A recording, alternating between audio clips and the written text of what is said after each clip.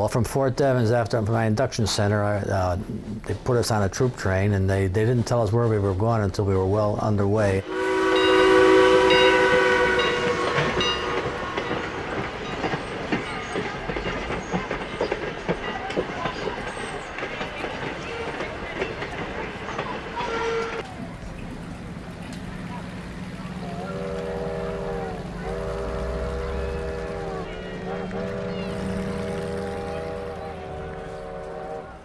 And they said, you boys are going to Miami Beach for basic training. So we were all very happy about that. It was really a delight.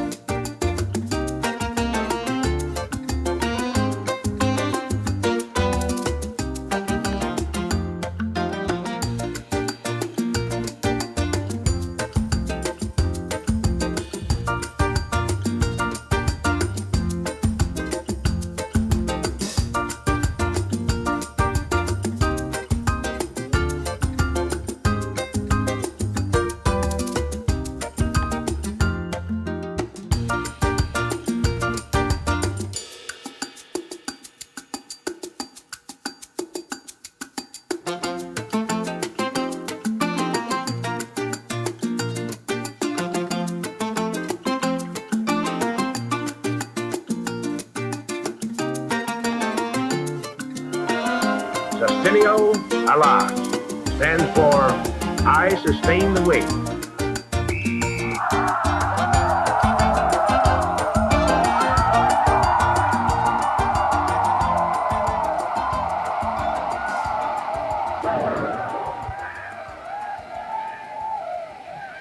It didn't matter whether you're in the Air Force or the infantry or where you were, you had to go through basic training. Just learn how to march, salute, the basics. March, yeah, fire a rifle, all that sort of thing. Swimming. Did get to swim in the ocean, so that made me feel great.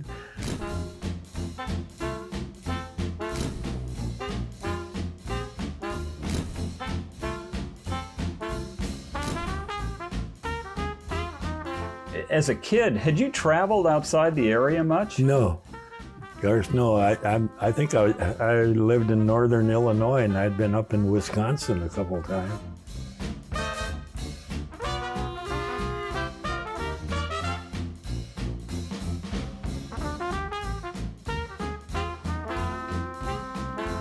During the 12 weeks, they crammed in enough schoolwork to equal a year at college.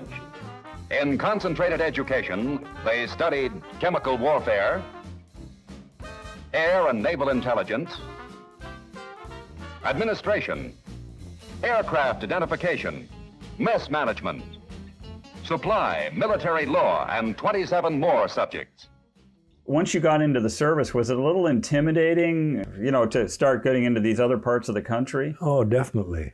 And even most of the people I'd been around, God, I thought I wished I was that smart, I'd always say to myself and that type of thing.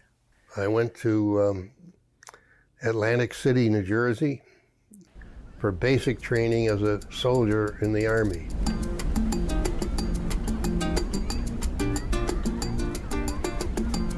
It was kind of a windy place. We marched on the boardwalk, and the winds, the ocean is on one side and the large hotels on the other side, and the wind was pretty fierce.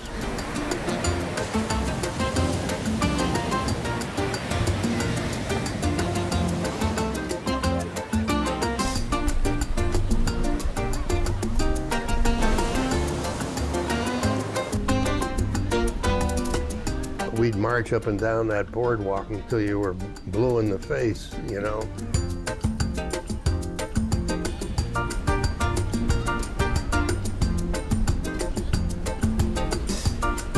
And then exercises and all kinds of things.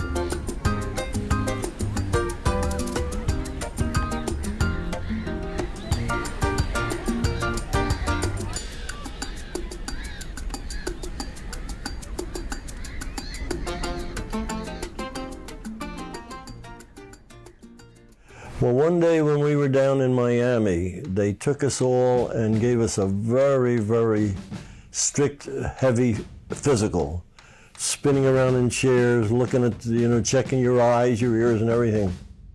Here is the complex coordination test. Match those lights, misters. Just a little matter of putting your hand in one position while you put your feet in another. Nothing is overlooked. Aviation cadets have to be in top physical condition. Finger dexterity test. The steadiness test. Two-handed coordination test. The rotary pursuit test. And when they finished, they on our paper, they stamped the thing that said qualified AG. And I said to the guy next to me, what does qualified AG mean? And he said, I don't know. So he went to one of the guys there and he said, what does qualified AG mean? And he said, it means qualified aerial gunner. Think hard and think fast. Men who can't think and concentrate under stress have no place in air crews. This is a low-pressure chamber. In it, atmospheric conditions identical with those you will encounter at high altitudes are produced. Write your name, mister. How much is 6 and 7? 16. 3 for state tax. Do you still think you could fly an airplane without oxygen? They had a deal where you had to, there was 2 black sticks sticking up like this, and you had to line those up for depth perception. And I had no idea. I could not see that. My eyes were 20/20, but I could not tell how far one was from the other. I couldn't get it. And the guy told me, he said, you can't fly. And that just took the heart out of me, right then and there. While one section flies, another goes to ground school. Instructors are competent, and there are no old-fashioned washouts. If a student fails for a pilot's rating, he still can qualify as navigator, bombardier, or other specialist.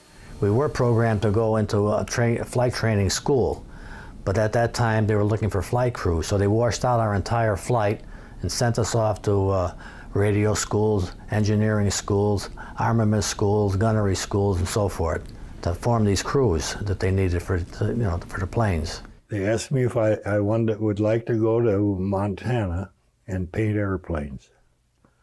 And another kid that I got acquainted with in Chicago, and we both went in the service together, said, go along with me to Montana and we'll paint airplanes. He said, that'll be great. And I said, I don't want to spend my life out in Montana painting airplanes. And I was also asked when we went through gunnery school, they asked me if I'd stay there and be an instructor, and I said no. We're down in basic training one morning. We fill out for roll call, and they said, well, we got some bad news. We got some good news. The bad news is the cadet program is over.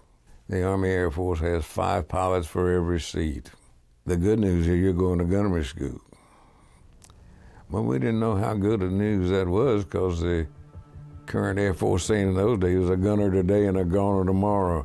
We used to say to some of the fellas in my barracks, and we were all saying it to each other, saying, what are we getting into here? Because the headlines on the paper would be 50 planes lost today over Berlin, or 8th Air Force suffers heavy casualties. And we were saying, that could be us, So it was kind of scary. Because it takes more than pilots, Joe, to fly those ships.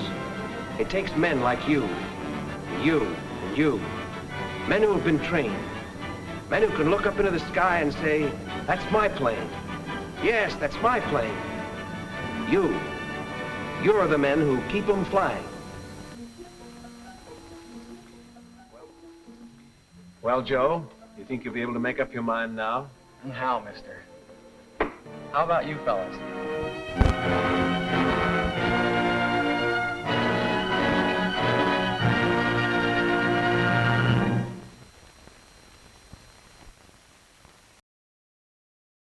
In my family, back home, my mother didn't believe in guns, so I had never shot a gun.